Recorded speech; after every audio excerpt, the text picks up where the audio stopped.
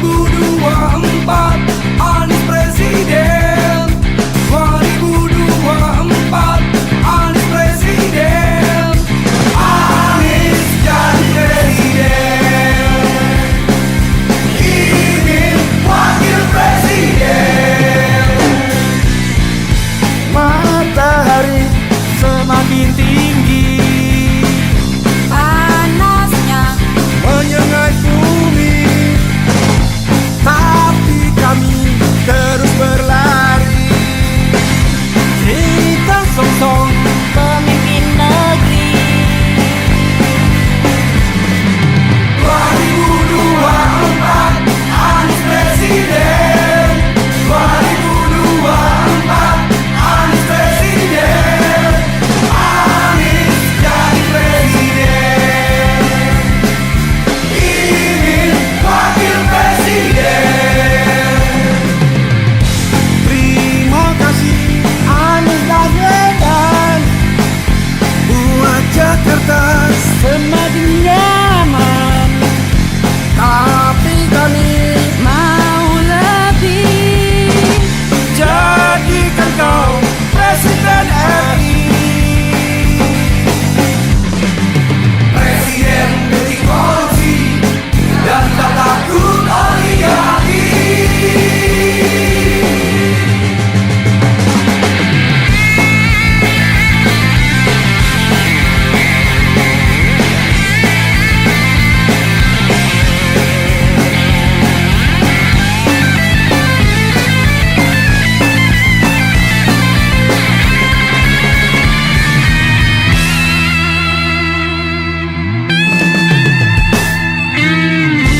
Kami ingin seorang pemimpin.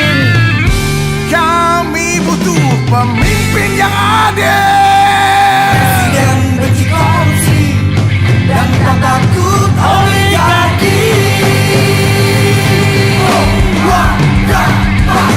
2024 Anies Presiden. 2024 Anies Presiden. Anies jadi presiden. Ini wakil presiden. Terima kasih Anies Baswedan. buat Jakarta semakin nyaman. Tapi kami mau lebih. jadikan kau Presiden RI. Presiden benci korupsi dan tak takut oligarki. 2024 Anies Presiden. 2024 Anies Presiden. Anies jadi presiden. Ingin wakil presiden. Anies jadi presiden. Ingin wakil presiden. Insyaallah,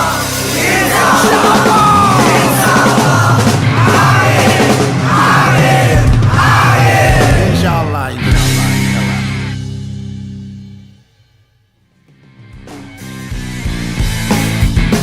Jokowi saya nggak pikirkan. Yang saya pikirkan adalah bagaimana menambah suara sudah satu terus setiap hari. Loh, Jokowi dan Gibran masih kader PDI Perjuangan kan? Bapak dan anak itu. Masih dalam kader PDI Perjuangan nggak saat ini? Kalau sampai saat ini sebelum ada surat pemberhentian tetap kader PD Kok Perjuangan. udah antipati Bang Adian? Kenapa? Kok nampak udah antipati? Enggak antipati, tapi kan ada sejarah begini. Dulu ada yang datang, kemudian minta menjadi wali kota, dapat rekomendasi, minta rekomendasi dikasih. Minta lagi, dapat rekomendasi, dikasih lagi. Lalu minta menjadi gubernur, minta rekomendasi, dikasih lagi. Lalu minta jadi calon presiden, minta rekomendasi, dikasih lagi. Kedua kali dikasih lagi. Lalu ada lagi minta untuk anaknya, dikasih lagi. Lalu ada lagi minta untuk menantunya, dikasih lagi. Banyak Bang ya dikasihnya Bang. Dikasihnya banyak benar. Nah ketika kemudian ada permintaan 3 periode, kita tolak.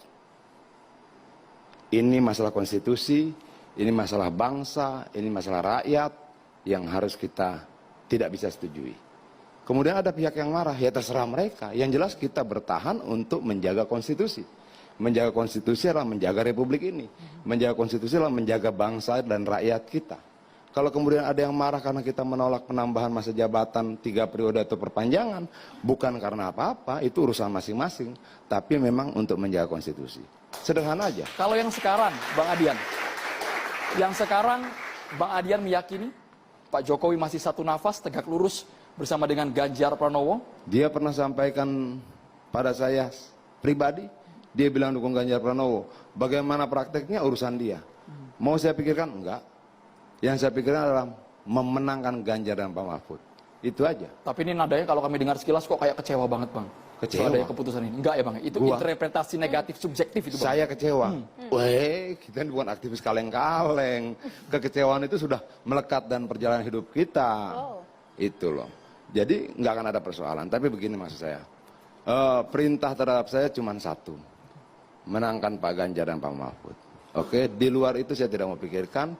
Saya punya energi terbatas. Waktu kita cuma 112 hari, tidak mau kita buang untuk perdebatan-perdebatan dan pemikiran seperti itu. Kalau saya mau membuang pikiran saya adalah bagaimana menambah suara. Kalau saya membuang pikiran saya dan energi saya adalah bagaimana kemudian mengumpulkan kekuatan semakin besar, semakin besar, semakin besar. Karena ujungnya bukan siapa berpasangan dan siapa saja yang menjadi problemnya, yang menjadi kepentingannya, tapi bagaimana rakyat memilih mereka.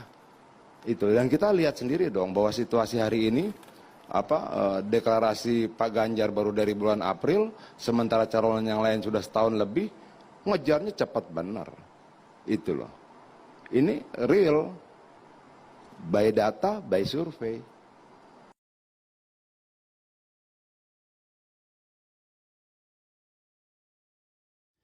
Assalamualaikum warahmatullahi wabarakatuh.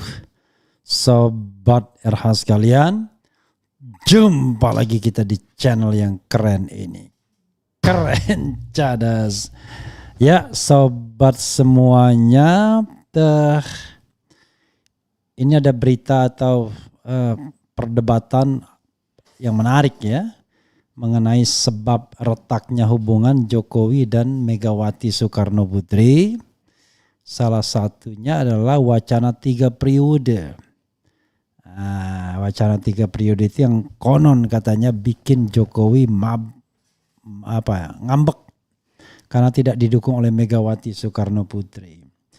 Lalu Bahlil mengaku bahwa wacana 3 periode itu dia yang memulai inisiatif sendiri, kata Bahlil. Tapi kata Rocky Gerung, apa mampu dia berpikir sampai ke situ ya. Jadi sebelum kita mengulas ini, sahabat daerah sekalian, coba kita baca dulu ya beritanya. Lalu nanti kita akan ulas ya. Oke, coba kita lihat ya. Bahlil klaim yang pertama usulkan Jokowi 3 periode, Rocky Gerung apa mampu dia berpikir sampai ke situ.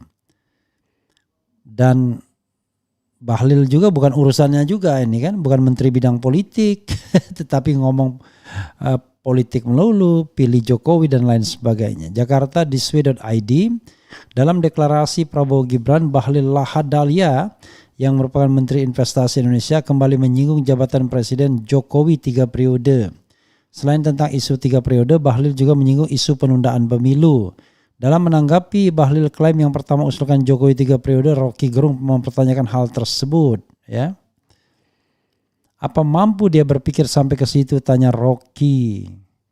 Bahlil dalam deklarasi Prabowo Gibran pada Sabtu 28 Oktober mengatakan bahwa usulan 3 periode Jokowi bukanlah suruhan orang lain. Oh, jadi deklarasinya 28 Oktober. Saya mau sampaikan di ulang tahun Ganjar. Saya mau sampaikan yang ngomong tentang isu penundaan pemilu pertama itu namanya Bahlil Lahadalia dan saya tidak pernah diperintah oleh siapapun. Jelas Bahlil yang juga wakil ketua TKN Prabowo Gibran. Oke. Jadi wakil ketuanya Bahlil, luar biasa ya. Bayangkan, semua dikerahkan, menteri dikerahkan, wakil menteri dikerahkan dan semuanya di bidang ekonomi. Apa maksudnya ini? Bukan menteri-menteri bidang politik tapi bidang ekonomi yang dikerahkan sebagai tim kampanye nasional ya. Itu adalah ide dalam menanggapi hasil survei Burhanuddin Muhtadi di era pandemi. Kalau ide saya itu bagus, silakan diikuti. Yang penting secara konstitusional ungkapnya. Justru orang yang mengungkapkan 3 periode itu nggak ngerti konstitusi ya. Tapi kalau tidak jangan dikembangkan, tambah bahlil. Jadi kalau ada yang salah tentang isu penundaan pemilu itu salah saya, Bahlil Lahadalia, dan bukan salah siapa-siapa, tegas Bahlil. Luar biasa mau pasang badan ya. Rocky menanggapi bahwa periode perpanjang masa kekuasaan mestinya orang yang lagi in charge dan orang yang lagi punya kekuasaan. Nggak mungkin tiba-tiba Koco itu masih kasih ide 3 periode, kan nggak begitu cara melihatnya Papa Rocky. Kelihatannya isu ini memang dari awal diniatkan oleh Jokowi dan kita bisa tarik ujungnya, di mana akhir seluruh proyek itu berujung pada pemastian kalaupun tidak 3 periode dinasti harus berlanjut, tambah Rocky.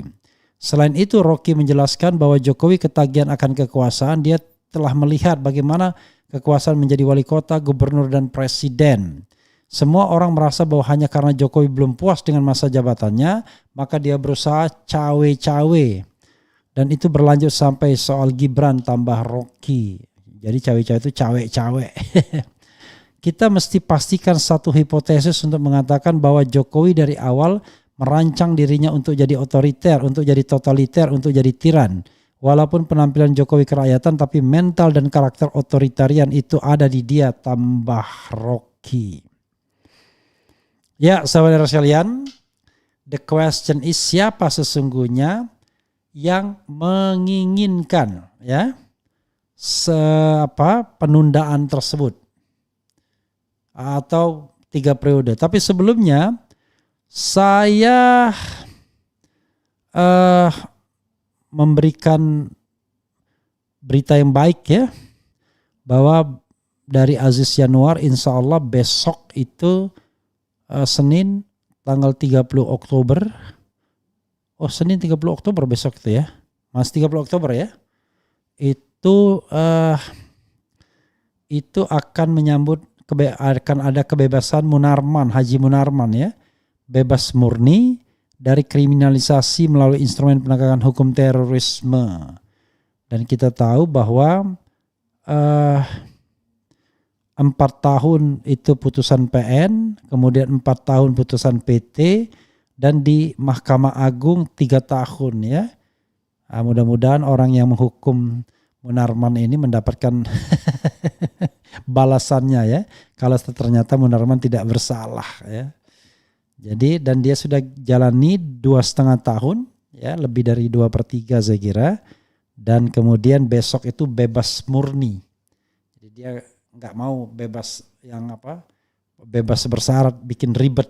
Jadi bebas murni 2,5 tahun. Welcome back ya Mr. Munarman. Mudah-mudahan kita bisa mengundangnya lagi ya di sini ya untuk sekedar bercakap-cakap kembali dengan Munarman. Nanti besok kita tampilkan lagi ya percakapan kita dengan Munarman ya pagi besok. Ya saudara sekalian, kalau isu sih saya mendengar ya itu pasti didesain dari kekuasaan puncak yang melibatkan ya 1-2 orang saja.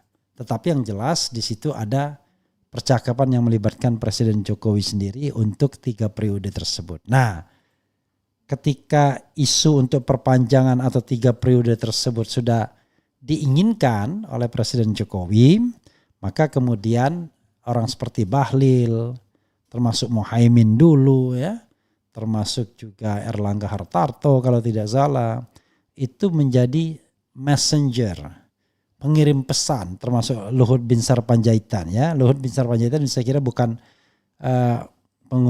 tidak sekadar pengirim pesan, tapi juga barangkali orang yang sangat punya pengaruh terhadap wacana tersebut. Maka pesan itu disampaikan dan hampir berhasil. Tapi Megawati dan PDIP lah yang menolak isu itu. Sampai kita mengundang Masinton Pasaribu di sini karena paling kuat dia menolak isu tersebut. Jadi sahabat era sekalian, dalam konteks ini betul ya, Megawati paling tidak menghadang keinginan Jokowi untuk 3 periode. Padahal seperti yang sudah mudah sekali untuk 3 periode tersebut. Yaitu dengan mengubah konstitusi, bisa pemilihan. Bayangkan Gibran saja bisa dipaksakan begini ya, bisa 3 periode. Nah fortunately barangkali orang mencoba-coba ke MK, bisa nggak? MK nggak mungkin mengubahnya. Kalau MK mengubah dari 2 periode ke 3 periode itu gila namanya MK, itu sudah ceto welo-welo ya. Maka yang paling mungkin adalah perubahan konstitusi. Tapi perubahan konstitusi tanpa disetujui oleh Megawati Soekarno Putri dan PDIP tidak mungkin terjadi ya. Kira-kira ya berjasa lah ya. PDIP dalam konteks ini menghadang agar tidak 3 periode. Pertanyaannya adalah kenapa mereka tidak mau 3 periode? Nah, saya kira ada hitung-hitungan politik juga, tidak hanya sekedar soal konstitusi ya. Gini hitung-hitungan politiknya. Kalau Jokowi 3 periode, ini hitungan dari saya ya. Kita tahu bahwa Megawati sudah sepuh katakanlah. Ya, dia kelahiran tahun 47. Jadi usianya sekarang sudah 70 berapa? Sudah 76 tahun ya Megawati ya. Jadi sudah 76 tahun, usia yang tentu tidak muda lagi ya. Dan kita tahu sobat era sekalian, apapun bisa terjadi kan. Termasuk juga misalnya sekarang 76 tahun dia. Termasuk juga misalnya bagaimana estafet kepemimpinan di PDIP dan lain sebagainya. Kalau Jokowi still in power, hitungan dia kan still in power. Waduh, 5 tahun lagi maka bisa jadi and then something happen to Megawati, maka bisa jadi kemudian tokat estafet kepemimpinan itu tidak akan, ya pasti akan jatuh ke gengnya PDIP, gengnya Jokowi pastinya kan, ya one thing for sure. Itu entah melalui siapa atau Jokowi sendiri. Dan jangan lupa orang seperti Guntur Soekarno Putra pun yang notabene adalah kakak Megawati itu mengatakan Jokowi pantas untuk memimpin PDIP. Jadi ada hitungan-hitungan politik, not only because of upholding the constitutions ya, as the main reason, tapi ada hitung-hitungan politiknya juga. Maka kemudian ide itu ditolak karena Megawati dia tidak bisa menjamin dia still fit within 5 years, another 5 years ya, sampai dengan 2029 seandainya Jokowi tetap berkuasa. Karena kalau 3 periode dibolehkan maka so easy Jokowi akan menjadi presiden, dan saya kira tidak akan pecah di sana. Tidak ada alasan untuk pecah. Nasdem mungkin masih still there, PKB masih di sana, maka tidak akan ada lawan Jokowi. Bisa jadi Jokowi calon tunggal nantinya. Atau kalaupun ada calon, ya calon pura-pura eto-eto. Karena dia sudah menguasai 7 partai istana. Nah ini desain yang sengaja dibuat oleh Presiden Jokowi. Tapi desain itu kemudian berantakan karena PDIP tidak setuju. Kalau PDIP setuju, sudah ada perubahan konstitusi memungkinkan 3 periode. Jadi itu ya. Jadi kalau itu karena semata-mata ide Bahlil, rasanya nggak mungkin lah. Ya, itu ide yang muncul dari the inner circle, very inner circle, dan tentu dari Jokowi sendiri secara rasional gitu. Itu rasionalitasnya ya, sobat era sekalian. Oke, coba kita bacakan komentar sobat RH terkait dengan isu ini. This is just one reason ya. Reason lain saya kira banyak, tapi saya kira ini yang paling masuk akal, bahwa Megawati ingin memastikan bahwa PDIP tetap di tangannya dan dia tidak diambil kekuasaannya oleh Jokowi. Dan sekarang terbukti kan, Jokowi akhirnya melipir ke PSI saja, membiarkan Kaisang memimpin partai tersebut. Kemudian Gibran menjadi calon wakil presiden, dan kita tidak tahu apa kompensasi yang akan didapatkan Jokowi ketika dia tidak lagi menjabat. Ada isu yang mengatakan dia akan di Gerindra, atau di mana. Yang jelas pasti tidak ada tempat lagi bagi Jokowi untuk di PDIP karena pasti sudah menjadi the common enemy bagi partai PDIP. Dan bagi Megawati ini kejelasan bahwa regenerasi partai di PDIP itu tidak akan terganggu atau diganggu oleh kelompok Jokowi. Dan kebaikannya lagi dia memecah Ganjar dengan Jokowi. Jadi bagi demokratisasi memecah Ganjar dan Jokowi itu baik karena kita lebih memastikan pemilu akan berjalan dengan check and balances di antara 3 calon tersebut. Tetapi bagi PDIP, Megawati terutama, dia memecah Ganjar tetap pada pelukan PDIP dan mudah mengendalikan Ganjar kalau sendirian saja tanpa Jokowi. Dan Jokowi sudah hilang dari orbit PDIP sehingga Tra Bung Karno akan bisa terjamin tidak lagi terganggu dengan terah Jokowi karena terah Jokowi sudah melipir ke PSI. Jadi tidak semata-mata karena soal menjaga konstitusi ya. Politisi selalu begitu mendengarnya, tetapi karena hitungan-hitungan politik yang masuk akal ya. Oke, dan ternyata kan terbukti bahwa Jokowi tidak bisa dipercaya oleh Megawati sepenuhnya. Karena ternyata dia bisa ambil alih kekuasaan Megawati di PDIP kalau seandainya dibiarkan. Oke. Coba kita bacakan komentar Sobat Era terkait dengan hal ini ya. Oke, kita tidak ngatain orang ya. Insya Allah 1 putaran Amin menang.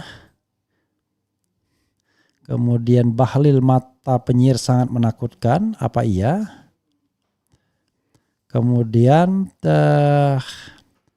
alhamdulillah semoga Jateng 50% buat Anies karena Sudirman Said di Jateng 2016 dapat 41,2%, apalagi Anies, paham ya? Iya dan tidak, konteksnya berbeda pasti, tapi coba saja. Kemudian alhamdulillah Haji Munarman bebas. Bang Refli, ramalan Gus Dur terbukti 2024 Prabowo presiden, is it? Belum tentu ya. Tenang Pak Jokowi, Pak Anies siap mengganti Bapak jadi presiden 2024. Amin. Kemudian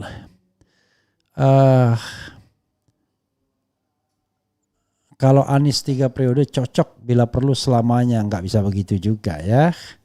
Tidak ada pemimpin yang kemudian kita bisa jamin 100% keamanahannya kalau dia menjabat berperiode-periode. Wind of change harus ya. KPU perlu diawasi, insya Allah Amin menang. Bang, apakah kekecewaan Megawati pada Jokowi akan terulang lagi dengan memilih Ganjar? Karena bisa saja dia mencalonkan Puan untuk capres tapi nyatanya tidak, malah pilih Ganjar. Apakah Ganjar akan seperti Jokowi? Iya dan tidak. Yang jelas Ganjar lebih pandai dari Jokowi, tapi Ganjar barangkali jauh akan lebih setia. Why lebih setia? Karena Ganjar itu sudah merasakan betul bagaimana saktinya pelukan PDIP. Jangan lupa Jokowi tidak pernah menjadi kader PDIP yang sesungguhnya. Karena dia itu datang ketika dia mau mencalonkan diri sebagai wali kota Solo dan itu dia menang. Dia tidak pernah menjadi kader yang sesungguhnya. Beda sama Ganjar yang pernah menjadi anggota DPR ya 1,5 periode lah. Sehingga dia tahu betul bahwa yang membesarkan dirinya adalah PDIP. Tapi yang membesarkan Jokowi tentu bukan PDIP tetapi jabatan yang dia menangkan mulai dari wali kota Solo itu. Ya kalaupun dia dicalonkan PDIP ya itu hanya vehicle saja, kendaraan politik. Tapi intinya dia bukan kader PDIP yang sesungguhnya. Kalau Gibran menang akan lama keluarga Bapak Lurah berkuasa karena Bobi dan Kaisang sudah menunggu cawe-cawe Bapak Lurah akan merusak demokrasi dan tatanan berbangsa dan bernegara. Sebenarnya siapapun boleh mencalonkan diri asal dengan jujur dan adil, dengan prosedur yang benar ya. Tapi kalau prosedurnya mengakali putusan Mahkamah Konstitusi, cawe-cawe di situ dan itu bisa dibuktikan, maka rusak demokrasi kita ya. Oke. Jangan sampai KPU dan MK jadi pemenang. Ya, karena itu menurut saya MK Majelis Kehormatan MK harus bekerja bila perlu pecat semua hakim agar ada kredibilitas dalam berpemilu. Tapi apa iya mengingat ketua MK itu dalam tanda kutip tim sukses tidak langsung dari Prabowo Subianto. Itu yang jadi masalah dan kegalauan saya pribadi terutama ya, walaupun tetap menghormati Prof. Jimli sebagai pakar hukum tata negara dan dosen, tetapi dalam hal integritas, dalam hal kelurusan ya kita harus tetap ingatkan juga. Jangan sampai integritasnya rusak hanya karena dia kemudian menjadi ketua MK yang tidak independen. Tapi mudah-mudahan tidak ya. Kemudian di atas Bahlil masih ada 9 naga. It could be possible, tapi sekali lagi Bahlil mungkin cuma the messenger tapi bukan otaknya ya. bukan apa istilahnya? Bukan the main actornya ya, bukan aktor utamanya. Oke, sobat internasional sekalian, itu saja ya. Nanti kita akan bahas dengan wacana-wacana lainnya yang menarik. Wassalamualaikum warahmatullahi wabarakatuh. Ciao.